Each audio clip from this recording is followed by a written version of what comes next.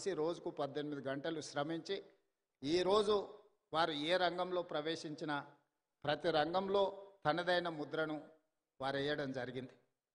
అందుకే ఈనాడు రామోజీ సంస్థ ఈ రామోజీ ఎక్సలెన్స్ అవార్డు కార్యక్రమాన్ని పెట్టడం ద్వారా ఈరోజు అవార్డు గ్రహీతలను గుర్తించడమే కాకుండా భవిష్యత్తులో ఇంతకుముందు చంద్రబాబు నాయుడు గారు ఏదైతే చెప్పినరో ఈ అవార్డు అనేది ఒక గొప్ప గౌరవంగా భవిష్యత్తులో ఇది రాణిస్తుంది అని నేను కూడా వారితో ఏకీభవిస్తున్నా.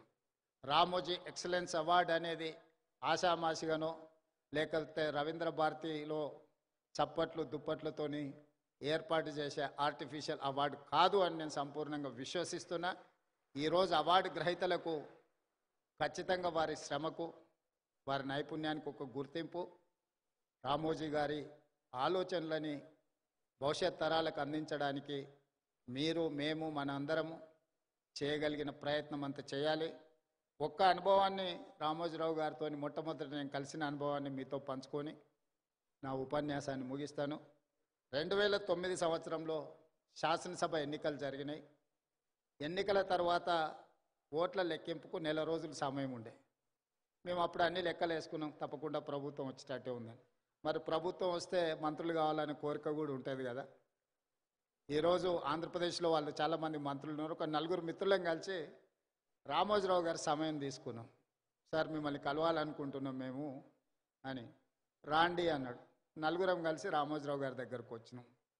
మా నడక మా చూపులను బట్టి ఆయనకు అర్థమైంది వీళ్ళేదో మంత్రి పదవులకు పైరవి కోసమే వచ్చినట్టున్నారని. భోజనం పెట్టి కూర్చోబెట్టి మేము అడగని కూడా అడగలే, వారే మొదలు పెట్టారు. రాజకీయాలు ఆ విధంగా, ఎన్నికలు ఫలితాలు ఏ విధంగా వస్తాయి అనేది విశ్లేషణ ఒక రకము. నేను ఇప్పటివరకు ఎప్పుడు చంద్రబాబు నాయుడు గారికి నేను ఎవ్వరికి మంత్రి పదవి ఇవ్వాలని చెప్పలేదు. నా దగ్గరికి ఎవరు వచ్చినా మంత్రుల కంటే కూడా ఎమ్మెల్యేలకు బాగా రాణిస్తారని నేను సూచన చేస్తూ ఉంటాను. మీ 4 కూడా అదే సూచన అని వారు మాకు అంటే మా మనసులో ఉన్న మాటను గుర్తించి, అంతకుముందు బయట చాలామంది మంత్రివర్గం అంతా చంద్రబాబు నాయుడు గారు రామోజీరావు గారు చిట్టి పంపిస్తారు, చంద్రబాబు నాయుడు సార్ మంత్రివర్గాన్ని ఏర్పాటు చేస్తాడని బయట చర్చ జరుగుతుండేది. సరే రామోజీరావు గారు మా 4 ఎవరికో ఒక్కరికైనా తప్పకుండా చెప్తాడు అనుకొని మేము వచ్చినాము.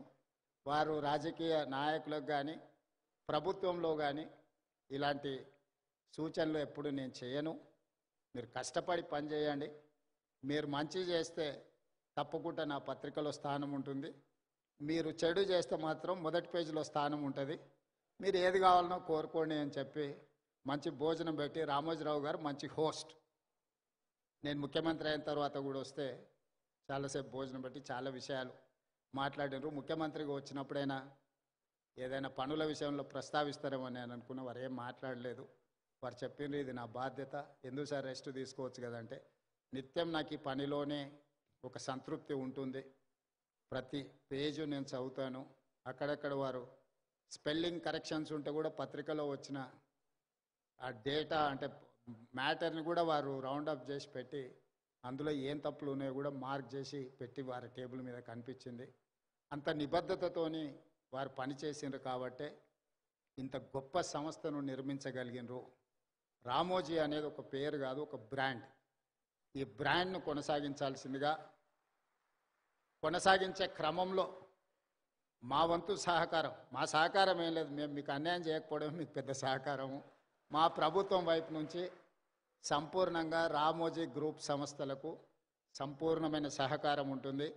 Ramoji film city, Ramoji ETV కావచ్చు, ఈనాడు కావచ్చు, తెలంగాణకు హైదరాబాద్ నగరానికి ఒక గొప్ప గౌరవం. ఈ తెలంగాణ గౌరవాన్ని ముందుకు తీసుకువెళ్ళడానికి మా రాష్ట్ర ప్రభుత్వం తరఫున సంపూర్ణమైన సహకారం ఉంటుంది. అదేవిధంగా పెద్దలు వెంకయ్యనాయుడు గారు, ఎన్వి రమణ గారు సూచన చేసారు తెలుగు భాష గురించి. తప్పకుండా మేము ఈ మధ్యకాలంలో ప్రభుత్వం ఇస్తున్న జీవోలు మిగతా వాటిని తెలుగులోనే ఇస్తూ ఉన్నాం.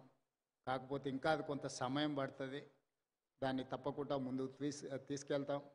రాధాకృష్ణ గారు ఇక్కడ గవర్నర్గా 3.5 నెలలు వారి బాధ్యతలు నిర్వహించి సంపూర్ణమైన సహకారాన్ని తెలంగాణ రాష్ట్రానికి అందించారు. ఈనాడు ఉపరాష్ట్రపతిగా వారు బాధ్యతలు తీసుకున్నారు. ఆనాడు ఉపరాష్ట్రపతిగా వెంకయ్య నాయుడు గారు తెలుగు రాష్ట్రాలకు సంబంధించిన సమస్యల్ని పరిష్కరించడంలో, కేంద్ర ప్రభుత్వం ఇచ్చిన హామీలను అమలు చేయించడంలో నిరంతరం వారు ముఖ్యమంత్రులతో సమన్వయం చేసుకొని అన్ని సంస్థలకు సంబంధించిన అధికారులను, వివిధ శాఖలకు సంబంధించిన అధికారులను, మంత్రులను కూడా పిలిపించి ఆనాడు ఉపరాష్ట్రపతిగా వెంకయ్యనాయుడు గారు ఈ తెలుగు రాష్ట్రాలకు సహకరించారు. ఈనాడు నేను భారత ఉపరాష్ట్రపతి రాధాకృష్ణన్ గారి నుంచి కూడా మేము ఇదే రకమైన సహకారాన్ని వారి నుంచి ఆశిస్తున్నాం. వారిని మనస్ఫూర్తిగా ఈ వేదిక మీద నుంచి ఉపరాష్ట్రపతిగా బాధ్యతలు చేపట్టినందుకు అభినందనలు తెలియజేస్తూ మీ అందరి దగ్గర సెలవు తీసుకుంటున్నాను.